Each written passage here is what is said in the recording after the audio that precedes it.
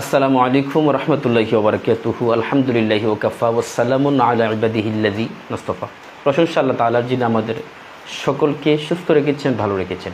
প্যারা হাজিরিন, আজকে সকালে কথা দিয়েছিলাম যে আসরের পরে আমি লাইভে আসব।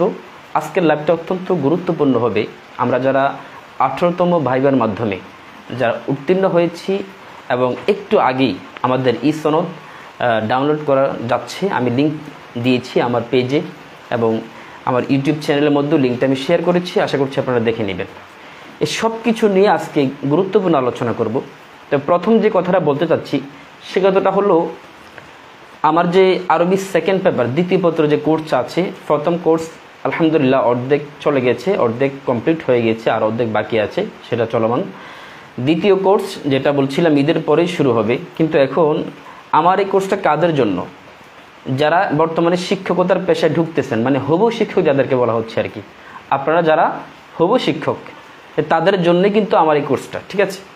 তো এই কোর্সটা অনেকেই ফোন দিয়েছেন যে ভর্তি হবেন। ঈদের কারণে আমি তাদেরকে রিকল দিতে পারি নাই, স্মরণ করতে পারি নাই। দু একজনকে হয়তো ফোন দিয়েছি, আর বাকি যারা আপনারা ভর্তি হবেন আশ্বস্ত করেছেন 20 তারিখ থেকে আমাদের ক্লাসটা, মানে কালকের পরের দিন থেকে আমাদের ক্লাসটা শুরু হয়ে যাবে, মানে আরবি দ্বিতীয় পত্র কোর্স। দেখুন, আপনাকে যদি প্রশ্ন করা হয় যে আনা আলিমুন, আমি জ্ঞানী, এর তারকিবটা কি, কীভাবে করবেন, ঠিক আছে? এবং তাহকিক যদি জিজ্ঞাসা করে আলিমুন এর তাহকিক করেন, এই জিনিসগুলো আপনাকে ভালোভাবেই জানতে হবে। যদি ভালোভাবে না জানেন তাহলে আপনি ক্লাসে আপনি স্বতঃস্ফূর্তভাবে স্বাচ্ছন্দ্য বোধ করবেন না, যেটা আপনার জন্য কাল হয়ে যাবে। বিশেষ করে আপনি যে শিক্ষকতা পেশাকে নিজের জন্য একেবারেই সুযোগপূর্ণ এবং খুব ভালো একটা পেশা হিসাবে নিচ্ছেন, কিন্তু সেটা আপনার জন্য কাল হয়ে যাবে যদি অ্যারাবিক সেকেন্ড পেপার আপনার জানা না থাকে। এই জন্য অনুরোধ করব, যারা কোর্সে যুক্ত হওয়ার ইচ্ছা পোষণ করেছেন দ্রুতই যুক্ত হয়ে নিন। যারা এখনও বিশেষ করে যারা ফিমেল আছেন, শিক্ষিকা আছেন, আপনারা বিভিন্ন প্রতিষ্ঠানে ঢুকতেছেন, চাকরিতে ঢুকবেন, আমি আপনাদের জ্ঞাতার্থে বলি, আপনাদেরকে বিভিন্ন কটুকতা শুনতেই হবে। এজন্য প্রতিষ্ঠানে ঢোকার আগেই 2-3 মাসে আপনারা আরবি দ্বিতীয় পত্র একেবারে বেসিকটা স্ট্রং করে নেন। আর 4 মাস 5 মাস যখন আপনি এই কোর্সটা করবেন, তখন আপনার বেসিকটা একেবারে ক্লিয়ার হয়ে যাবে, একেবারে সামান্য টাকা। আজকে মূল আলোচনা আমি চলে আসছি। মূল আলোচনাটা হলো, একটা জিনিস আপনারা মনে রাখবেন যে ইন্নামাল আমালু বিন্নিয়াত, প্রত্যেকটা জিনিস নিয়তের উপর নির্ভরশীল। এখন আপনি যখন 22 তারিখ থেকে প্রতিষ্ঠান চয়েস দিবেন, এই প্রতিষ্ঠান চয়েস যখন আপনি দিবেন, আপনাকে একটা জিনিস মনে রাখতে হবে যে আমি চাকরিতে কেন ঢুকতেছি, আমি আল্লাহ এবং তার রসুলকে খুশি করার জন্য, লিরিদাল্লাহি ওয়া রাসূলিহি, আল্লাহ এবং তার রসুলের সন্তুষ্ট অর্জনের জন্য আমি চাকরিতে ঢুকতেছি। ফার্স্ট আপনি এই মেন্টালিটি আপনি আপনার ভিতরে আপনি কি করবেন, একেবারে গেঁথে নেবেন।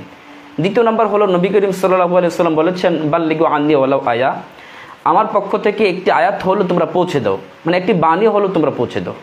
তো মূল কথা হলো যে কথাটা বলছিলাম, যে আপনারা অবশ্যই আপনারা নবী করিম সাল্লাল্লাহু আলাইহি সাল্লামের বাণী তথা কোরআন এবং হাদিস প্রচারের স্বার্থে আপনারা চাকরি জয়েন করবেন, এই নিয়োগটা করবেন। এবার আসুন, নিবন্ধনে বর্তমানে যারা 18তম ভাইবা দিয়েছেন, উত্তীর্ণ হয়েছেন, আজকে সনদ ডাউনলোড করতেছেন, সহকারী মৌলবী এবং ইত্যাদি মৌলবী যারা আছেন, প্রত্যেকে চাকরি হয়ে যাবে। কারণ সহকারী মৌলবী প্রায় 12,000 সিট খালি আছে, সেখানে ভাইবাতে টিকিয়েছে 4,000। তার মানে এইভাবে ইত্যাদি মৌলবী 7,000 সিট খালি আছে, এভাবে তাদের চাকরি হবে নিশ্চিত। তবে 19তম নিবন্ধন যে আছে, 19তম নিবন্ধন থেকে আসলে এই খুব কঠিন হয়ে যাবে, প্রিলিও কঠিন হবে, রিটেনও হাড্ডাহাড্ডি লড়াই হবে। এই বছর আমরা দেখতে পাইছি যে 1600+ আরবি প্রভাষক সিট ছিল, কিন্তু সামনে এমন থাকবে না। আপনি যদি দৈনিক একজন করে আরবি প্রভাষক রিটায়ার্ড করে ধরেন, তাহলে 365 দিন, এক বছরে 365, বড় জোরে 500 সিট খালি থাকবে। এবার এই 500 সিট যদি খালি থাকে, এটার জন্য আপনাকে হিউজ পরিমাণ পড়াশোনা করতে হবে। বিশেষ করে স্কুলের যে সহকারী ধর্মীয় শিক্ষক যারা আছেন, তারপর সহকারী এমনি শিক্ষক যারা আছেন, আরবি প্রভাষক যারা আছেন, আপনারা 75 থেকে 80 যদি না পান, তাহলে সামনে নিবন্ধনে প্রভাষকে আপনার টিকাটা খুবই কষ্ট হয়ে যাবে। এই জন্য প্রিলির পাশাপাশি আপনারা লিখিতর জন্য পড়া শুরু করে দেন। ইনশাআল্লাহুল আজিজ অচিরে আমি লিখিত কোর্স শুরু করে দিব। আপনারা যারা ভর্তি হতে ইচ্ছা পোষণ করছেন, আমার সাথে আপনারা ক্লাসটা করবেন। আশা করছি আপনাদের সহকারী মৌলবীতে ভাইবাতে যেভাবে আপনাদের একেবারে সহজ করে দিয়েছি, সহকারী মৌলবী প্রশ্নটা সলভ করিয়ে ওইভাবে ইনশাআল্লাহুল আজিজ আপনাদের আর এই প্রবাসক পরীক্ষাটা রিটেন পরীক্ষাটা একেবারে ইজি করে দেবে ইনশাআল্লাহ। জাসা ক্যাম্পাস নির্ভরতার প্রতীক আপনাদের পাশে আছে। আচ্ছা, এখন আসুন যাদের নামে সমস্যা আছে, নামে ভুল আছে, মায়ের নামের ভুল আছে, বাবার নামে ভুল আছে, তারা কি করবেন? এই জিনিসটা নিয়ে অনেকে অনেক রকম ফোন দিচ্ছেন, কথা বলছেন, অনেকে অনেক রকমভাবে আমাকে ফোন দিয়ে আমাকে জানতে চাচ্ছেন। দেখুন, একটা কথা বলছি, যেহেতু একটা সুযোগ দিয়েছি, আপনি চাকরিটা পাচ্ছেন, এই চাকরিটা কিন্তু সোনার হরিণ। যেহেতু আপনাকে একটা সুযোগ দিচ্ছে, এই সুযোগটা আপনি কাজে লাগান। যেহেতু আপনার সময় আছে, আপনি চলে যান না, আপনি এনটিআরসির ভবনে চলে যান, অফিসে চলে যান, অফিসে যাওয়ার পরে আপনার ভুলগুলো সংশোধন করেন। এখন আসুন, আপনার এই জিনিসগুলো কখন বেশি কাজে লাগবে? এখন আপনার প্রথমে চাকরিতে যখন ঢুকবেন তখন আপনি এমপিওর জন্য আবেদন করবেন। আপনার এমপিওটা হয়ে গেল, এমপিওটা হয়ে যাওয়ার পরে আপনার ইএফটি আসবে। ইএফটি জিনিস কি? এটা হচ্ছে ইলেকট্রনিক ফান্ডস ট্রান্সফার, মানে আপনার যে টাকাটা আসবে এটা ব্যাংকে। আর ব্যাংকে টাকা যদি আসতে হয় তাহলে আপনার এই বিশেষ করে নামে, এনআইডিতে, সার্টিফিকেটে, ব্যাংক অ্যাকাউন্ট প্রত্যেকটাতে আপনার সমপরিমাণ একের সেম লেটার, সেম বর্ণ থাকতে হবে।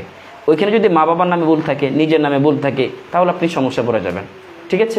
এই জন্য অনুরোধ থাকবে যে আপনার এমপি হওয়ার পরে আপনার টাকা কিন্তু আসবে না যদি এই ভুলগুলো থাকে।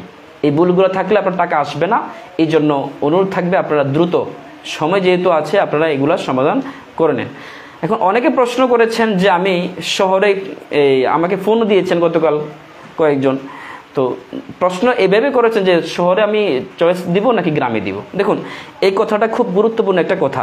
আপনার ব্যক্তিগত লাইফ লিড করবেন কিন্তু আপনি ভাবতেছেন যে গ্রামের প্রতিষ্ঠান খুব ভালো হবে, আমি বাসার থেকে সময় করে চলে গেলাম প্রতিষ্ঠানে, প্রতিষ্ঠান থেকে আবার চলে আসলাম। হ্যাঁ, এইভাবে আপনি চিন্তা করতে পারেন।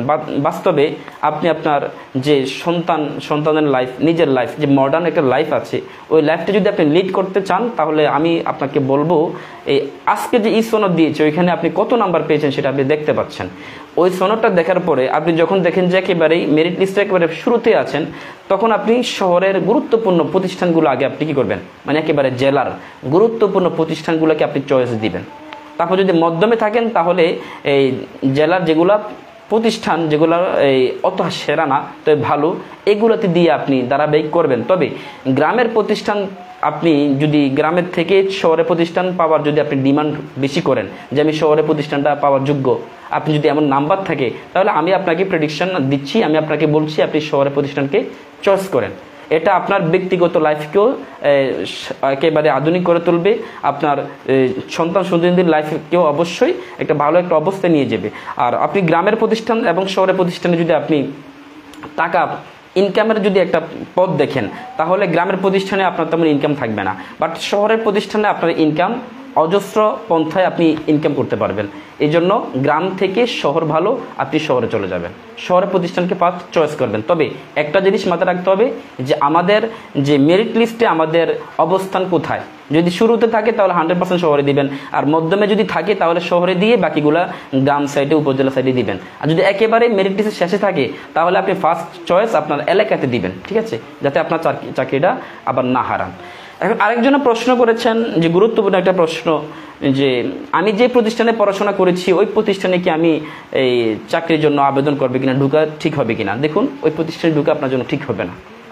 এর অন্যতম আপনাকে ভাবতে হবে, অন্যতম একটা কারণ হচ্ছে যে আপনি যখন ওইখানে যাবেন আপনার অন্যান্য টিচার থাকবে, সব টিচার আপনার ভালো ছিল, কিন্তু এক পর্যায়ে সব টিচার আপনার ভালো হবে না, কারণ তারা আপনার কলিগ হয়ে যাবে, একে অপরের মানে কি বলবো, আমি যেটা আমি বাস্তব অভিজ্ঞতার শিকার হয়েছি, একে অপরের বিভিন্ন শত্রুতার মধ্যে পড়ে যাবেন আর কি আপনি। যেহেতু কলিগ মানে কি, কলিগ মানেই তো একে অপরের বিরুদ্ধে লেগে থাকা, যেটা আমি দেখতে পাচ্ছি।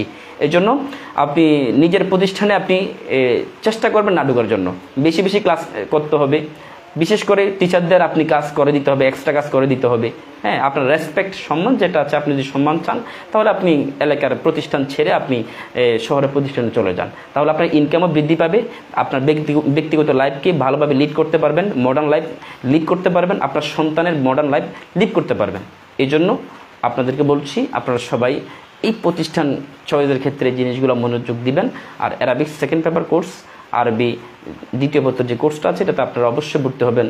আপনাদের বিশেষ করে এই কোর্সটাতে যারা ভর্তি হবেন তাদের জন্য একটা মোক্ষম সুযোগ, আপনারা বেতন যা পাবেন অ্যারাবিক সেকেন্ড পেপার পড়িয়ে বেতন থেকে আরও ডাবল পাবেন। কিন্তু আপনি অ্যারাবিক সেকেন্ড পেপার যদি আপনি ভালোভাবে আয়ত্ত থাকে, আপনি যে প্রতিষ্ঠানে ঢুকছেন, দেখুন এখন 17তম নিবন্ধন, 18তম নিবন্ধন, পঞ্চম এবং ষষ্ঠ গণ বিজ্ঞপ্তির মাধ্যমে প্রতিটা প্রতিষ্ঠানে কিন্তু শিক্ষক শূন্য ঘাটতি যেটা সেটা অলরেডি কেটে যাচ্ছে, বিশেষ করে আরবি সাইটে কেটে যাচ্ছে।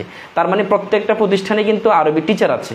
এখন ওই আরবি টিচারগুলো যদি তাদের থেকে ভালো না হন তাহলে আপনি শান্তি পাবেন না, এটা একেবারে ক্লিয়ার কথা। তাদের থেকে যদি ভালো না হন, এক্সপার্ট না হন, আপনি শান্তি পাবেন না। আর যদি এক্সপার্ট হন আপনি আরাম পাবেন, শান্তি পাবেন, ইচ্ছা মতন আপনি ক্লাস করাতে পারবেন, মাদ্রাসায় ফুরফুরা মন নিয়ে ঢুকতে পারবেন, ফুরফুরা মন নিয়ে মাদ্রাসা থেকে বেরোতে পারবেন, ভালোভাবে ইনকাম করতে পারবেন। এই জন্য ইনকামও প্রয়োজন, সম্মানও প্রয়োজন। গ্রামের প্রতিষ্ঠান থেকে শহরের প্রতিষ্ঠান চয়েস বেশি দিবেন। আর বিশেষ করে অ্যারাবিক সেকেন্ড পেপারের কোর্সে ভর্তি হবেন।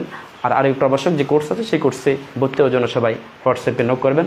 আসসালামু আলাইকুম রহমতুল্লাহ। আজকে এখানেই ইতি টানছি। আল্লাহ হাফেজ।